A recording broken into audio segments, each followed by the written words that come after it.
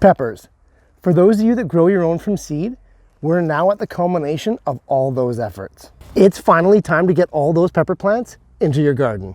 About 3 months ago, we started the journey of growing our own pepper plants indoors while winter was still in full swing. These guys are vigorous plants that have most definitely hit a wall in these size pots. So let's spend today and I'll show you how I set up my pepper plants outside in the garden for maximum harvest this summer.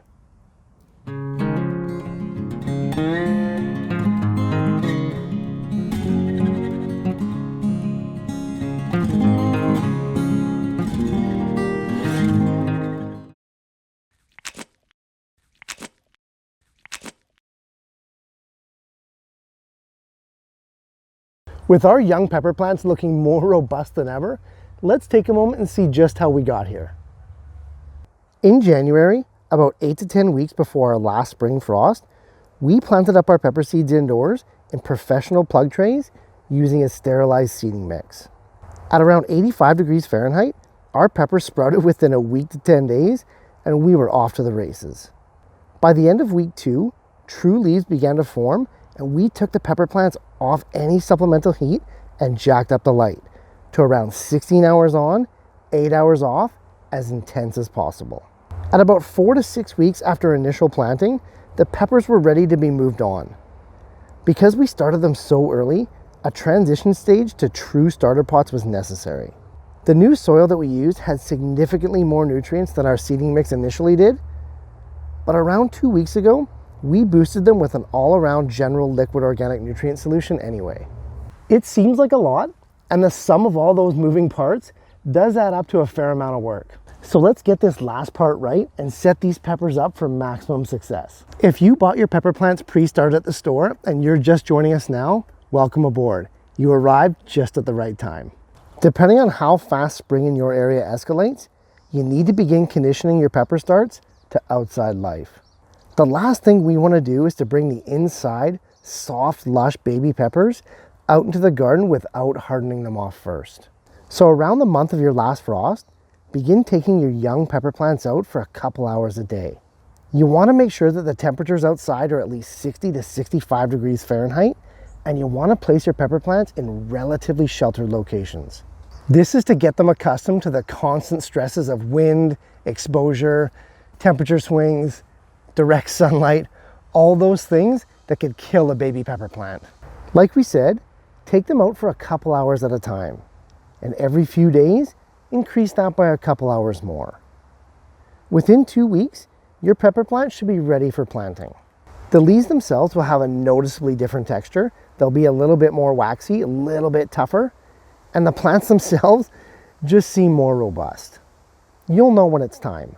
Honestly, it seems like a small, insignificant step, but it's not. It's really important to these plants' survival.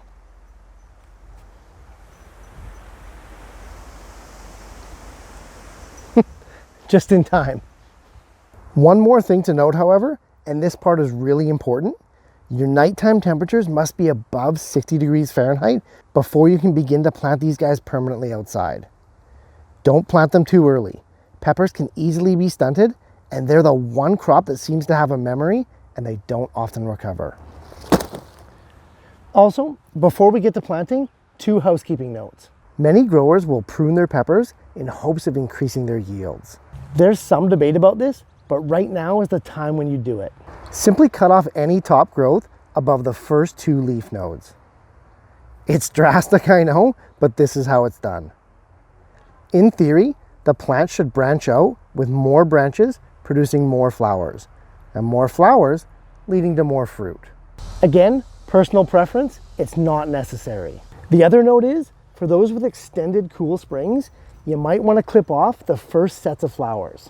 Often, in the cooler months before true summer hits, peppers will still produce, but because the temperatures are suboptimal for these tropical plants, the fruit is small and very underwhelming. Pinching off those early flowers gives the plant more focus and energy on the subsequent, more desirable harvest. Okay, let's get planting. Peppers are a tropical plant that'll want as much sun as you can give them. They also need a highly nutritious soil, blessed with good drainage. As such, the soil should be rich, high in organic content, relatively loose, and in a location for maximum sun exposure, but minimal wind. Peppers have massive root systems, and they'll need at least a foot of growing depth. And if you're going container style, you're gonna want at least a 7-gallon size or bigger. With your location, soil, and pepper plants ready to go, the actual planting is very straightforward. If the seed leaves are still on the peppers, I take them off now. At this point, the question arises, just how deep do we plant our peppers? Unbeknownst to a lot of growers, peppers do in fact send out adventitious roots from their stems. These roots can quickly establish young plants and truly are advantageous for early growth. However, there's a short window of time when you can actually do this with peppers. As the pepper plants get older and their stems become woody and have increased lignin content, the ability to send out roots from that stem stops. And that's when rot can occur, and people will say, I told you so, when they told you not to plant your peppers too deep. It's the complete opposite of tomatoes that always have the ability to root from the stem, regardless of their age. For peppers, it's very much a young trait, so be aware of that. A good rule of thumb is to plant up to the first true leaf node, or if you're buying your plants, just bury them an inch deeper than they're currently planted. Okay, no matter where I'm planting or what I'm planting in, rather than using straight garden soil, I always use a new potting mix to set up my peppers. Gives them the best chance to get established and on the right growing trajectory. Peppers can be dug right into your garden at the depth that we already talked about, or planted no-till style. Now, for those of you unfamiliar with no-till style planting, it's a method of gardening where we don't rotivate or till the soil surface, minimizing any disturbance in that sensitive top layer. Instead, we lay down biodegradable layers in a process called sheet mulching and plant right on top of previously cut down crops. Peppers love to be grown this way, and I've converted most of my planting, most of my crops, to no-dig, no-till methods. For you container growers, I haven't forgotten about you, because I am you. I love container gardening, and so do peppers. As mentioned, for size, go 7 gallons all the way up to 10 gallons if you can. You gotta give their roots enough room to grow. 1 plant per pot, and get them into the soil at the same depth as regular bed planted peppers. Use a quality organic potting mix and watch the moisture levels, as pots do tend to dry out faster than plots or raised beds. And for planting in a container, the same rules of depth and spacing apply. Speaking of spacing, peppers may look small and cute now, but they grow big. The temptation to fill in all these spots now is high, but trust me, the peppers will do it for you. You want to give them space.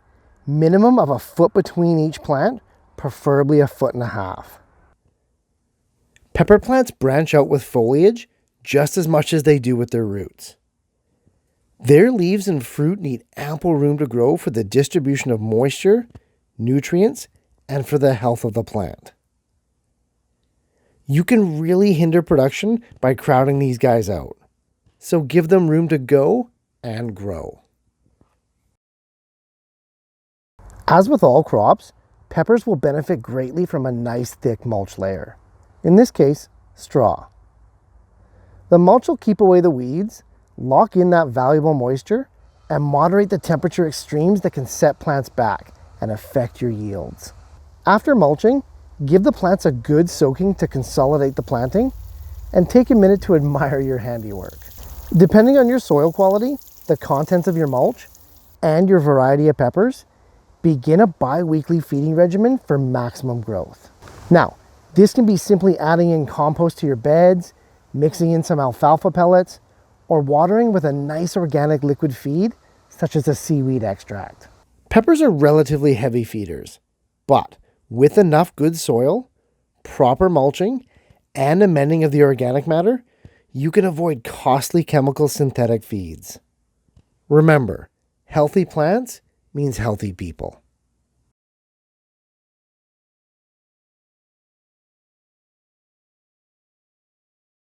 Roughly 8 to 12 weeks after planting in the garden, your pepper plants will be showing significant fruit. Peppers can definitely be picked green, and some people like me actually prefer them this way. Or You can leave them to turn their final colors and pick them later. Peppers are actually perennial by nature, but if your region gets a frost or a true winter like mine does, your pepper plants become an annual and they'll have to be planted again next year. But, fun fact, you can actually dig out mature pepper plants, overwinter them indoors, and bring them back to life next spring. It saves you from having to seed them again next year, and if that's something that interests you, check out the video above for a complete tutorial. Okay, let's go ahead and hammer the points home with this wonderful recap.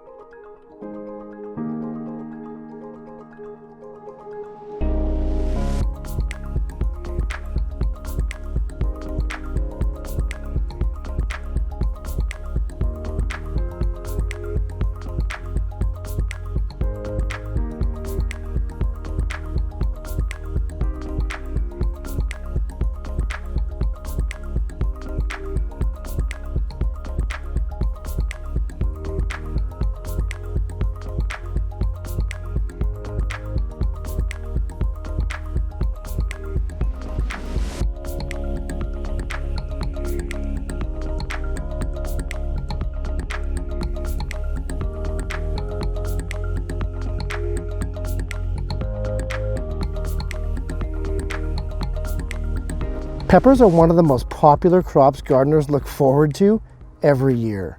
Hopefully by what we covered here today, your pepper harvest this season will be as bountiful as it should be. Hey, thanks for watching, guys. If you're getting value in this and the other series that I'm doing on YouTube, hit those like, share, and subscribe buttons if you'd be so kind, and I'll see you in the next video.